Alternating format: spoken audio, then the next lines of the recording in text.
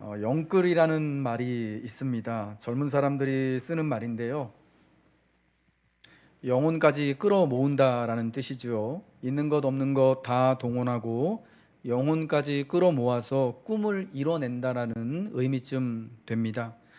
그런데 여러분, 그 꿈이 아파트 당첨이고 서울에서 집을 마련하는 겁니다. 영혼을 팔아 젊음을 샀다라는 사람도 있는데, 우리 시대는 영혼을 팔아서라도 아파트를 사는 게 꿈이고 희망이고 목표가 되었습니다. 그래서 결혼도 잠시 미루고 아이를 결혼해도 낳지 않습니다. 정말 슬프고 아픈 얘기이죠. 지금 우리가 마주하고 있는 여러 가지 많은 위기들이 있습니다. 코로나와 같은 전염병의 위기, 끝나지 않을 것 같은 이런 위기를 맞고 있고요. 그리고 또 계속해서 경고하고 있는 기후 위기가 있고, 전쟁과 핵으로 인한 위기 등을, 사실은 우리나라는 지구상의 어떤 나라보다 지금 분단되어져서 휴전인 상황 가운데 있기 때문에 더 크게, 또 특별한 경우에는 더 정말 심각하게 느끼고 있습니다. 그런데 이와 같은 모든 위기보다 사실은 어쩌면 우리에게 더 먼저 닥칠 정말 중요하고 커다란 위기가 뭐냐면 인구가 점점 줄어드는 위기이다라는 겁니다. 사람들, 학자들에 의하면은 한 세대 정도가 지나고 나면 대한민국의 인구가 지금보다 절반가량으로 줄어든다고 합니다. 그게 한 세대 이후 약 40년 후에 일어날, 그러니까 지금이 2020여 년 되니까 2060년이나 2070년 정도가 되면은 대한민국의 인구가 2천만 아래로, 2천만 정도로 떨어진다라는 겁니다. 지금처럼 아이를 낳지 않는다라는 가정하에서요. 우리가 몇 년 동안 우리나라 인구 출산율이 결혼한 가정당 1명이 되지 않습니다. 0.8명인가 그렇더라고요. 그러니까 아이를 낳지 못하는 이런 상황이 계속해서 되어진다면은 국가가 소멸되고 마침내 민족이 소멸될 수도 있다라는 위기가 한 세대가 지나면은 우리에게 주어지는 겁니다. 이전에 우리는 전쟁통에도 아이를 낳아서 그 아이가 커서 자라고, 또 그래서 이렇게 지금까지 우리가 살아오고 있었던 것을 우리는 누구보다도 잘 알고 있습니다. 전쟁 가운데도, 또 어려운 가운데도 그래도 새 생명이 태어나고 그 아이들이 또 배우고 성장하고 자라는 것이 사실은 부모 세대의 큰 희망이었고 꿈이었고 장래였던 것이죠. 그런데 지금은 이제 더는 아이들을 그렇게 자주 볼 수 없는 이제 그런 형편이 가정마다 되어져 버려서, 사실은 이게 큰 정말 다음에 장래가 없고 희망이 없는 그런 상황이 되어져 버렸다는 것이죠. 여러분, 이런 가운데서 성경이 말씀하는 희망은 무엇인가? 하나님이 우리에게 허락해 주시고자 하는 희망은 뭔가라는 것을 생각해 보게 됩니다. 성경이 말씀하는 희망 가운데 구체적인 그 희망은요, 바로 새로운 생명이 우리 가운데 태어나는 것입니다. 불임의 사람이지만 불임할 수밖에 없는 시대이지만, 시대적으로는 도저히 아이를 낳아서 기를 수 없고 그 사람 개인적으로 봐서는 도저히 아이를 낳을 수 없는 상황이지만, 그럼에도 하나님의 은혜로 능력으로 아이를 갖게 되어지고 그 아이가 태어나서 성장하고 자라고, 그래서 인생의 삶이 계속 내일도 그 다음에도 이어지게 되는 것이 하나님이 주시는 희망이고 꿈이다라는 것입니다. 불임이었던 아브라함과 사라에게 100세의 그 아들을 허락해 주신 것이 새 희망이며 약속이었습니다. 과부였던 나오미와 며느리인 룻에게 보아스를 통해 오벳이라는 아들을 주신 것이 희망이었습니다. 나이 많아 아이를 임신하지 못했던 마노아와 그의 아내에게 삼손이라는 아들을 주신 것이 그 불임하던 시대의 이스라엘의 구원이었습니다. 불임인 한나에게 그녀의 간곡한 기도에 응답하셔서 사무엘이라는 아들을 허락하신 것이 새로운 빛을 비춰주신 사건이었습니다. 예레미야 선지자 시대에 많은 사람들이 바벨론 포로로 끌려가서 정말 내일이 장담할 수 없는 그런 종과 포로의 생활을 살고 있을 때, 하나님은 선지자를 통하여서 자녀를 낳아서 그 자녀를 낳아 양육하고 기르고, 또 그 아이가 나중에 또 자라서 결혼하고 아이를 낳아서 거기서 살아가라 라고 말씀하신 거지, 장래에 대한 새로운 희망, 그들의 미래가, 그들의 나라와 민족이 계속해서 이어질 것이다라는 하나님께서 주신 희망이고 비전이었다라는 것입니다. 아이가 태어나는 것은 아무것도 남아있지 않은 이들에게, 희망이 보이지 않아 살아갈 용기마저 포기해야만 하는 이들에게 여전히 남아있는 것이 있고 새로운 희망과 살아갈 세월이 있다라는 것을 보여줍니다. 그래서 믿음의 사람들에게 태어날 아이는 도저히 포기할 수 없는 희망이고 하나님이 주시는 꿈이고 미래입니다.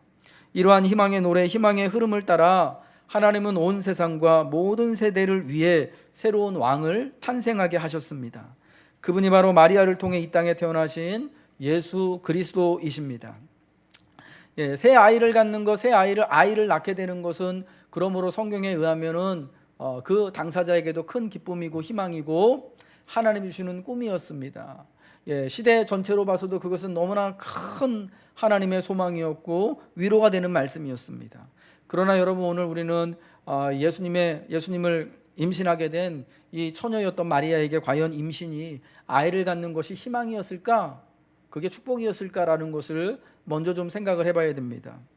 누가복음 오늘 우리가 본 1장의 말씀은 그리스도 예수의 나심과 관련하여 특히 예수님의 어머니였던 마리아의 반응과 감사의 노래, 마리아의 찬가라고 하는 것을 우리에게 들려주고 있습니다. 우리가 오늘 같이 읽었습니다.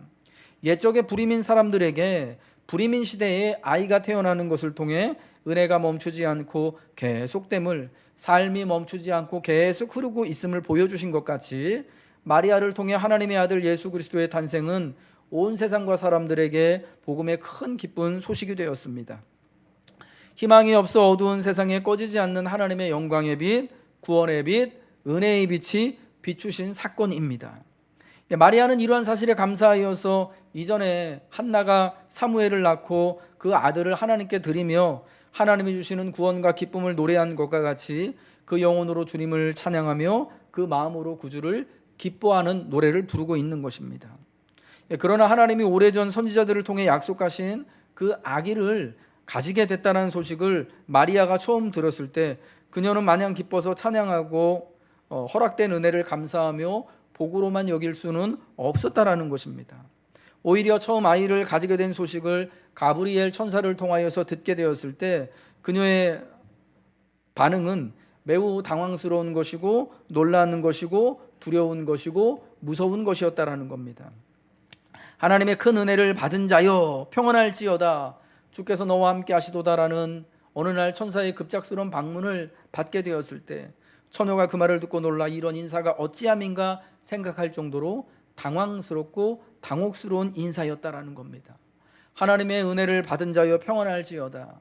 하나님의 은혜를 받는다라는 것이 마리아는 어떤 것인지를 신실한 또 신앙인으로서 너무나 잘 알고 있었습니다. 옛적에 하나님의 은혜를 받은 자들에게 임했던 그 삶의 어려움과 고통과 엄중함이 어떤 것인지를 너무 잘 알고 있는 거죠. 하나님의 은혜가 왔을 때 다윗이 마냥 좋았던 것이 아니었고요.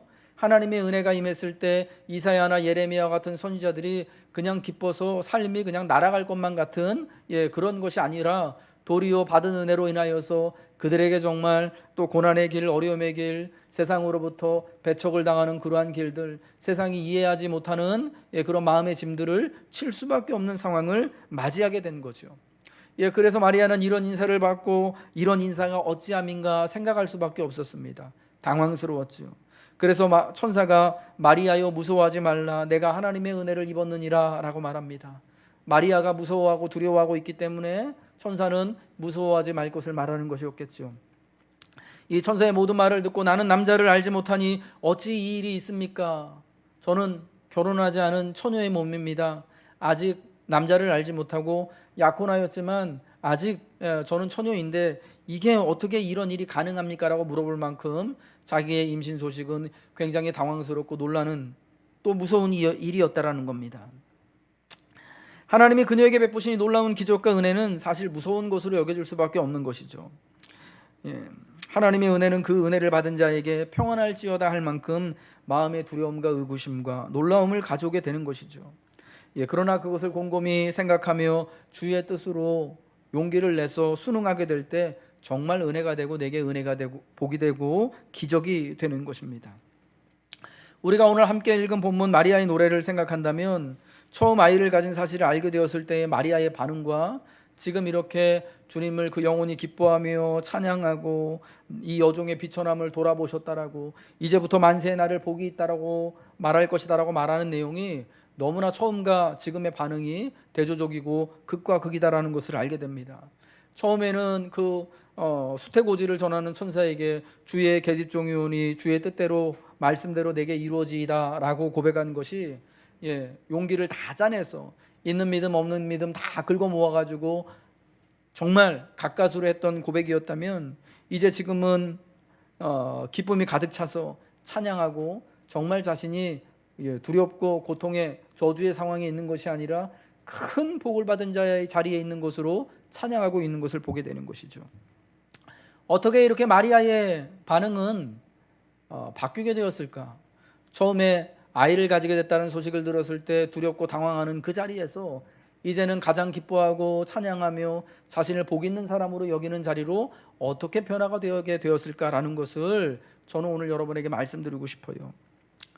그렇게 마리아의 반응이 바뀔 수 있게 되었던 것, 두렵고 당황하고 떨리는 자리에서 하나님이 주신 은혜를 기뻐하고 하나님의 복을 선포하게 되었던 것은요, 먼저 말씀을 통해 받은 은혜를 깨달았기 때문입니다. 마리아는 신실한 유대인이었습니다. 우리와 같은 신실한 신앙인이었습니다. 그래서 그녀가 이사야서에 등장하는 그들이 우리가 성경을 사랑하고 아끼고 묵상하는 것처럼 자주 접하는 그 이사야서에 등장하는 임마누엘에 대한 약속, 한 아기가 그들 가운데 태어날 것이라는 오래전 선지자가 전해준 약속을 잘 알고 있었을 것이다라는 것입니다. 여러분, 우리가 임마누엘에 대한 약속을 너무나 잘 알고 있죠. 이사야 7장 14절에 나오는 임마누엘에 대한 약속, 보라 처녀가 잉태하여 아들을 낳을 것이니 그 이름을 임마누엘이라 하리라. 여러분, 우리가 예수 그리스도를 믿는 우리들은 특별히 이 말씀을 너무나 잘 알고 있습니다. 임마누엘의 약속이 우리에게 정말 큰 축복이고 은혜다라는 것을 알고 있는 것처럼요, 그 당시 유대인들, 특별히 마리아와 같은 신실한 사람들 역시도요, 이 이사야 7장 14절의 임마누엘의 약속을 너무나 잘 알고 있었습니다. 그래서 천사가 나타나 은혜를 받은 자여 평안할지어다, 주께서 너와 함께 하신다는 이야기를 들었을 때, 주님이 너와 함께 하신다라는 이 이야기가 바로 임마누엘이라는 뜻이잖아요. 그녀는 아마 즉시로 이 인사가 이런 말이 무슨 어찌된 일인고라고 생각할 때 바로 이사야 7장 14절에 나와 있는 임마누엘의 말씀이 떠올랐을 것입니다. 이사야 9장에 나와 있는 한 아이가 우리에게 태어난 것이 하나님의 구원의 징조다라는 말씀이 분명히 떠오르게 됐다라는 것이죠. 이것은 이스라엘에게 주신 하나님의 오랜 약속이 이루어지고 있는 것으로 그녀는 그래서 여길 수가 있었던 것입니다.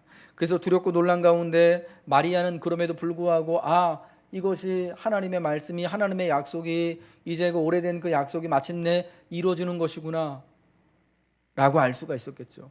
왜 이런 일이 나에게 일어났을까라는 여전히 그런 당혹감과 두려움을 가지고 무서움을 가지고 있지만, 그러나 이 인사가 바로 이사야서의 그 오래된 하나님의 말씀이고 약속의 말씀이다라는 것을 잘 알고 있었다라는 겁니다. 만약 이러한 하나님의 약속의 말씀을 그녀가 알고 있지 못했다면 천사의 수태고지, 당신이 임신했습니다 라고 하는 것은 마리아에게 가장 큰 비극적인 사건이 되었을 것입니다. 남자를 알지 못하는 10대의 처녀 아이, 게다가 약혼한 사람이 있는 그 신분으로서 약혼자와의 관계없이, 약혼자하고는 전혀 관계없이 아이를 가지게 되었다는 것이 그 당시 여자들에게, 여러분, 이게 은혜입니까? 복입니까? 사실은 저주일 수밖에 없지 않습니까?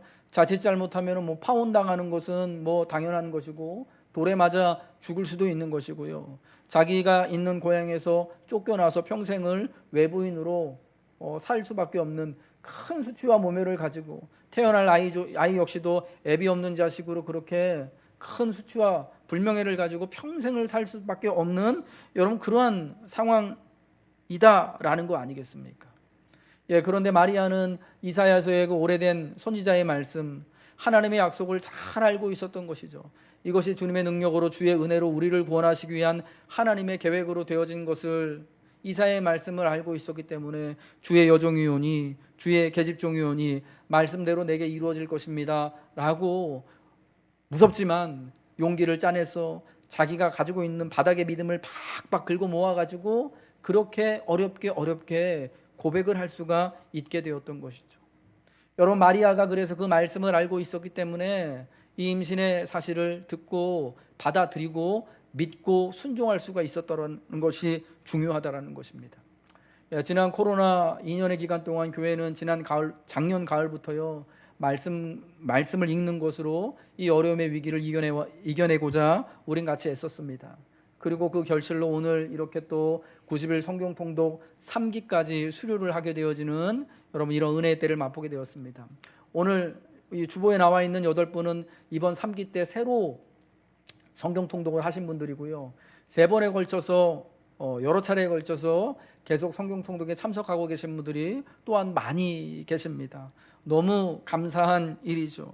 아까 9시 예배 때는 우리 권사님이 3번째까지 또 성경 통독을 수료하면서 하나님의 말씀을 가까이 하고 묵상하게 된 것을 감사한다고 감사의 기도, 또 감사의 제목으로 올려드린 것을 보았습니다.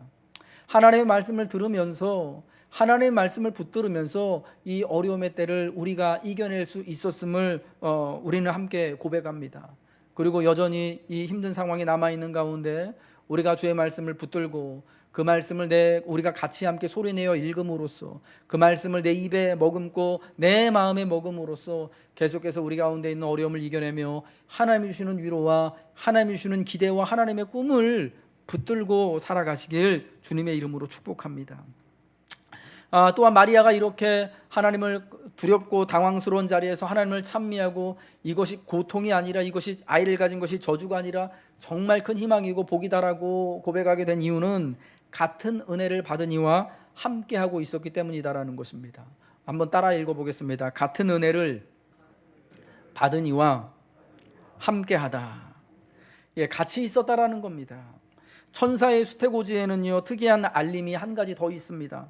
마리아의 친족 엘리사벳도 그녀와 마찬가지로 아이를 가져 이미 6달이 되었다라는 것입니다. 36절의 말씀이죠.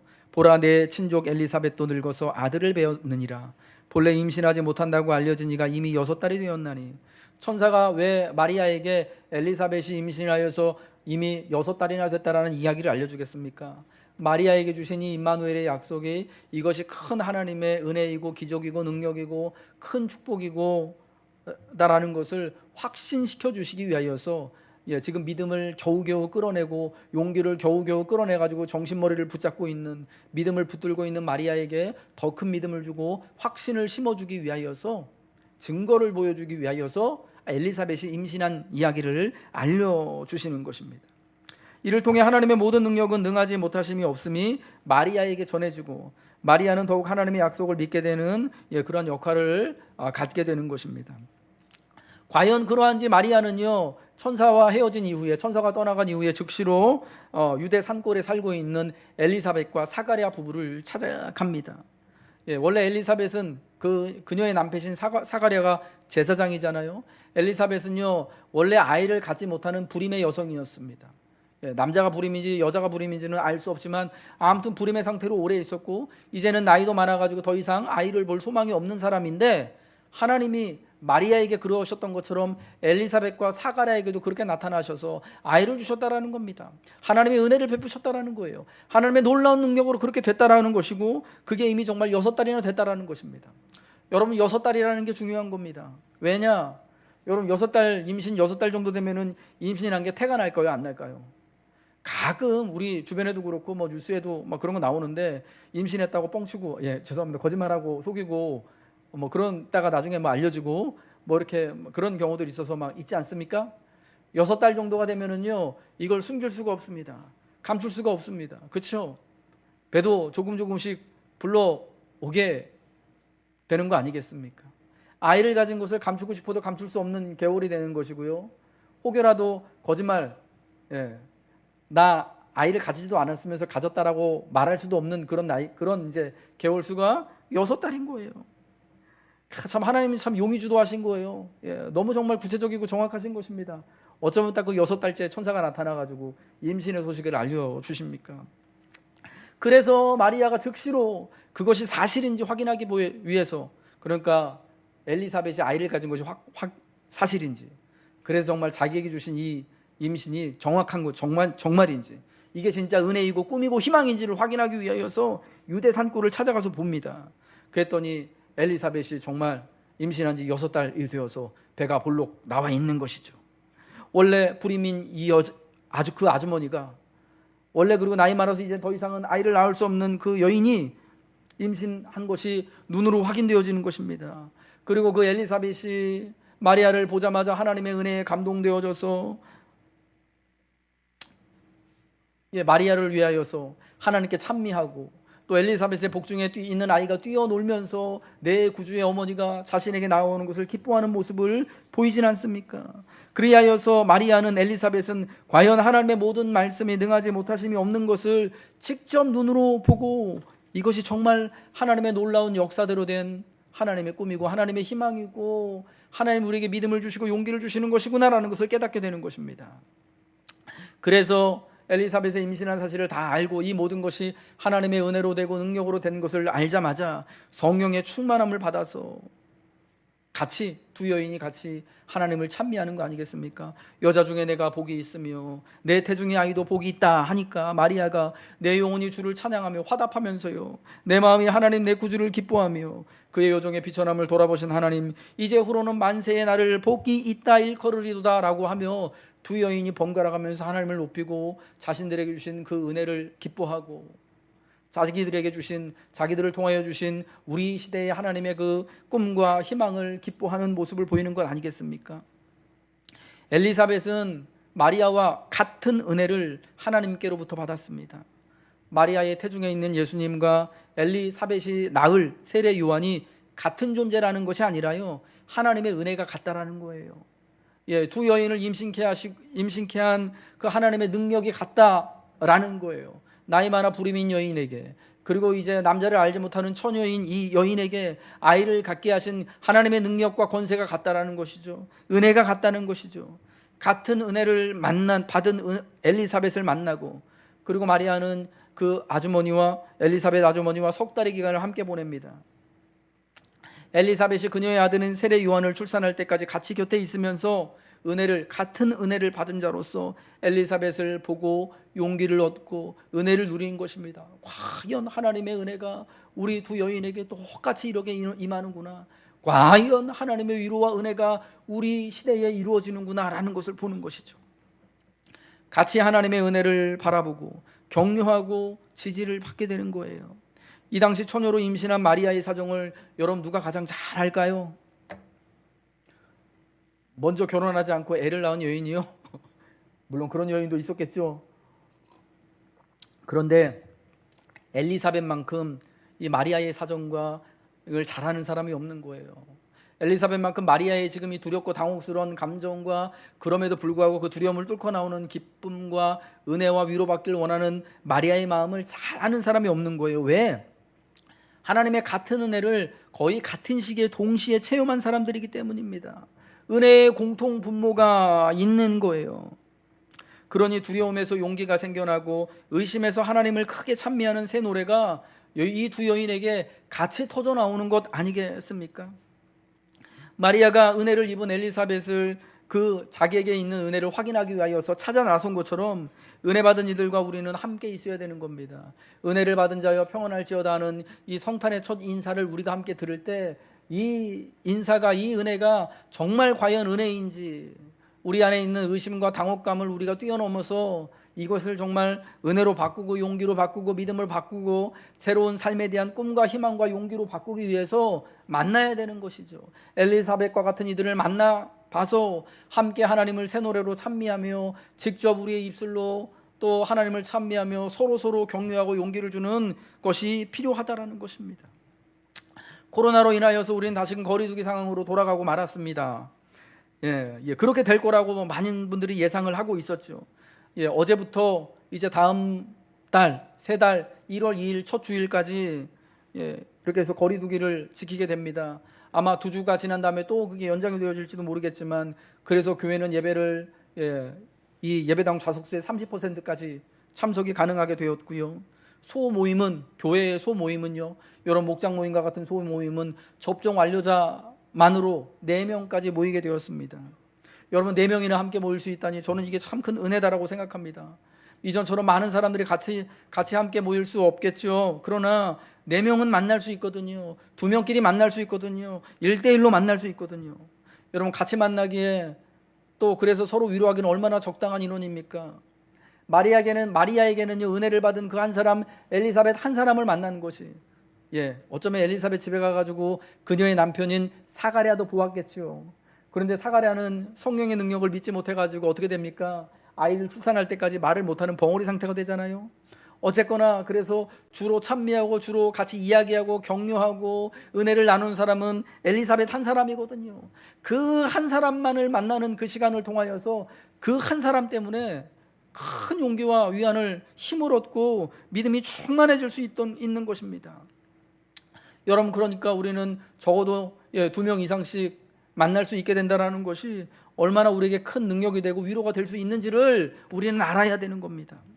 여러분, 지금 이 시국에 무작정 혼자만 있는 것이 안전한 것이 아니고 좋은 것이 아닙니다. 우리가 그런 거리두기 잘 지켜야 되겠죠. 지금처럼 해왔던 것처럼 조심해서 모이고 예배하고 방역 수칙시키고, 웬만하면은 또 밀접 접촉자 만들지 않기 위하여서 우리가 그렇게 수고해야겠지만, 그러나 여러분, 그럼에도 우리가 같이 은혜를 받은 사람으로서 정말 짧은 시간, 10분이더라도 20분이더라도 짧은 시간이라도, 비록 이전처럼 밥은 먹지 못하지만은 그저 잠깐 스치듯 눈인사하고 그저 문안하는 것일지라도 그렇게 함께 만남을 통하여서 주의 은혜를 전하고 함께 위로와 격려를 받고 함께 장래를 꿈꿀 수 있어야 한다라는 것입니다. 그러할 때 여러분, 우리는 용기를 얻는 것이고 새 희망을 함께 노래할 수 있는 겁니다. 마리아의 노래가요, 마리아가 혼자 부른 노래가 아니라요, 같은 은혜를 받은 엘리사벳과 같이 부른 것이고 또 같은 그 은혜를 받을 우리와 더불어서 함께 부르러야 한다라는 것임을 여러분 꼭 기억하시기 바랍니다. 그 다음으로 중요한 것이요, 엘리사벳이요, 마리아의 마음을 누구보다도 잘 공감해 줄 아는 사람이었다라는 것이죠. 같은 은혜를 받은, 그래서 이 은혜로 인하여서 얼마나 당황하고 두렵고 또 한편으로 얼마나 기대가 있고 기쁨이 있는지를 엘리사벳이 누구보다 잘 알고 있습니다. 오랜 기간 동안 자녀가 없기 때문에, 그러다가 정말 이제 나이 많아 늙어서 아이를 가질 수 없는 기간에 이 아이를 갖게 되었을 때, 여러분, 그게 마냥 기쁘기만 했을까요? 당황스러운 마음, 두려운 마음, 이게 뭔가 잘못되지 않았을까 하는 여러분 5만 가지 생각이 다 들지 않았겠습니까? 그러니까 엘리사벳도 마리아만큼 당황스럽고 무서웠을 거다라는 겁니다. 더구나 여러분, 그 일로 인하여서 자기 사랑하는 남편은 입이 막혀버리잖아요. 벙어리가 되잖아요. 한 말도 못해요. 얼마나 하나님의 은혜가 나타나는 것이, 하나님의 능력이 나타나는 것이 어떻게 보면 여러분 무서울 수 있겠습니까? 무서울 수 있잖아요. 그러니까 지금 마리아가 누구보다 두렵고 떨리고 지금 뭔가 가까스로 정말 정신을 부여잡고 용기를 막 쥐어짜내가지고 자기에게 찾아온 것을 보고, 여러분 그 마음을 얼마나 잘 알겠습니까? 여러분, 그래서 공감해 주는 거 아니겠습니까? 위로해 주는 거 아니겠습니까? 마리아는 자신이 잘 알고 또 사랑하는 사람과 함께 있습니다. 자기 자신을 잘 이해해 줄 수 있는 사람 엘리사벳과 함께 있습니다. 믿을 만한 사람이 함께 있으니 마음이 놓이고, 처음에는 그저 용기를 짜내어 순종했지만 나중에는 그 순종을 찬양으로 꽃피워낼 수 있게 되는 겁니다. 엘리사벳은 마리아의 개인적인 이 경험을, 누구도 이해할 수 없고 누구도 알 수 없는 이 경험을 이해해 줄 수 있는 유일한 사람입니다. 그녀도 같은 경험, 같은 은혜를 받았기 때문이죠. 두 사람의 경험은 지극히 높으신 하나님의 능력과 은혜로 연결됩니다.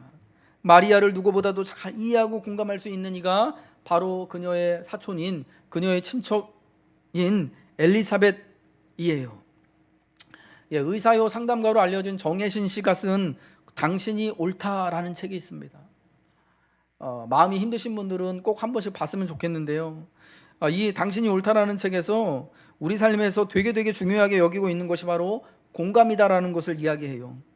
누군가로부터 사람들이 공감받지 못했기 때문에 인생을 포기한다라는 거예요. 근데 비록 내가 그 사람을 전혀 알지 못하더라도 그 마음을 조금이라도 공감해 주는 것을 표해 준다면 사람들은요, 다시금 죽고자 하는 자리에서 살아갈 용기를 얻는다라는 거죠. 저기 한강에, 저 마포대교나 한강대교에 가면은 그 중간에 마음의 소리 SOS라고 전화기가 있습니다. 여러분, 그 전화기 왜 달려 있는지 다 잘 아시죠?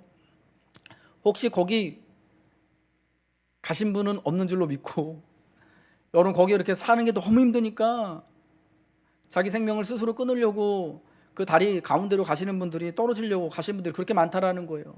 그래서 거기다가 전화통을 하나 이렇게 갖다 놓은 거예요. 마음의 소리 SOS. 죽기 전에 한번 그 수화기를 들고 전화하라는 거죠. 그럼 저 수화기 너머에서 사실은 한평생 한 번도 보지 못했던 어떤 사람이 앉아가지고 자기의 그 어려운 상황을 다 들어주는 거예요. 선생님, 그렇게 살아오셨으니 마음이 무척 힘드셨겠네요. 지금 그런 마음을 먹은 거 저는 너무나 이해가 됩니다. 그래도 삶을 포기하지 마세요. 여러분, 이런 이야기를 들을 때 마음이 훅 풀린다라는 거예요. 그리고 살아갈 용기를 얻어서 벗어났던 신발을 다시금 신고 자기 삶의 자리로 돌아가는 일들이 많이 있었다라는 거죠. 이분이 의사하면서 상담가로서 자신을 찾아오는 무수한 사람들을 만나고, 처음에는 단순히 이 사람들을 그냥 환자로, 질병을 가진 사람으로만 취급을 했대요. 단순히 마음과 육신의 병이 있는 환자로. 그래서 그 사람이 가지고 있는 병이 어떤 것인지, 이 병을 어떻게 치료할까, 병에만 집중을 했더래요. 그랬더니 이 사람들이, 환자들이 자기를 신뢰하고 믿는 것이 아니게 되더라는 거죠. 그러다가 그냥 환자가 아니라 그냥 그 사람이 가진 질병을 보는 게 아니라 그 사람을 아픈 사람으로, 한 사람으로 바라보기 시작하면서 살피니까 상황이 크게 호전되는 경우를 경험했다라는 거예요. 그러면서 그 되게 중요한 그 역할이 바로 공감이었다고 해요. 공감을, 그래서 이분은요, 마음의 CPR이라고 정의합니다. CPR. 여러분, CPR이 심폐소생술이잖아요. 갑자기 심정지나 호흡곤란이 오는 경우 이 CPR을 제세동기를 통해서든지 아니면은 좀 배운 분들이 이렇게 손을 가지고 긴급하게 실시해서 갑자기 멈춘 심장을 다시금 뛰게 해서 살려내듯이, 공감이라는 마음의 CPR을 시행해 줌으로써 사람들이요, 자기의 생을 포기하지 않고 계속 주어진 삶을 살아가도록 용기를 주고 희망을 보게 한다라는 것입니다. 근데 여러분, 이 공감이요, 우리 성경에도 나와요. 성경의 용어로는 뭐냐면요, 하나님이 우리를 불쌍히 여기신다라는 거, 긍휼히 여기신다라는 것이, 그게 바로 공감입니다. 공감이라는 영어 단어가 컴패션이거든요. 근데 하나님이 우리를 불쌍히 여기신다, 긍휼히 여기신다고 했을 때도 똑같은 단어 컴패션을 씁니다. 하나님이 내 마음이 어떤지를 아시고 공감해 주시고 위로해 주시고 격려하시고 용기를 불어 넣어 주신다라는 거예요. 여러분, 그래서 우리에게는요, 공감할 줄 아는, 서로의 같은 은혜를 받은 사람으로서 이심 전심이 되어지는, 저 사람이 받은 은혜가 내 마음이고 내가 받은 은혜이고, 저 사람이 지금 갖고 있는 이 삶에 대한 이런 모든 두려움과 혼란스러움과 또 때로는 기대감, 이 모든 것들이 또한 내가 같이 같은 시대를 살고 같은 은혜를 누리고 같이 예배를 드리는 사람으로서 이해하는 이 마음을 가지고 있다면 우린 서로는 다시금 용기를 얻고 또 새로운 삶을 살아갈 수 있게 되는 거죠. 여러분, 그래서 마리아는 당혹감과 두려움을 넘어서 자신을 공감해주고 같은 은혜를 받은 그 엘리사벳으로 말미암아 겨우 용기를 내어 순종하는 자리에서 적극적으로 하나님을 찬미하며 자신을 만세에 복이 있는 여자로 선포할 수 있게 되었던 거예요. 하나님이 사랑하는 우리 노건교회 교우 여러분들, 이렇듯 예수님의 나심을 준비하며 마리아가 하나님 앞에 기뻐하며 하나님의 능하신 큰 일을 누리는 자신을 만세에 큰 복 있는 여자로 선포할 수 있었던 것은 같은 은혜를 받은 엘리사벳이 있었기 때문입니다. 그 엘리사벳이 그녀의 두려움과 당혹감과 또한 그 두려움을 뚫고 나오는 용기와 기쁨과 희망을 공감해 주었기 때문이에요. 마리아의 찬가는 그녀가 혼자 부르는 노래가 아닙니다. 같은 은혜를 받은, 그래서 마리아를 누구보다도 더 잘 이해하고 사랑해주고 믿어주는 바로 이 엘리사벳과 함께 부르는 찬양입니다. 마리아와 함께, 엘리사벳과 함께 우리도 같은 은혜, 같은 예수 그리스도의 오심을 기다리며 환영하고 믿는 이들입니다. 이 은혜를 받은 우리들, 그러므로 우리도 같이 모여서 마리아와 엘리사벳이 그러했던 것처럼 함께 같이 노래할 수 있는 것입니다.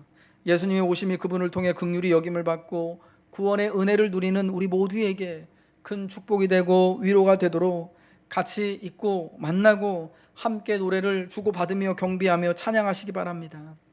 희망의 새로운 시대, 은혜와 구원의 시대를 살아갈 용기와 능력을 하나님이 우리에게 베풀어 주실 것입니다.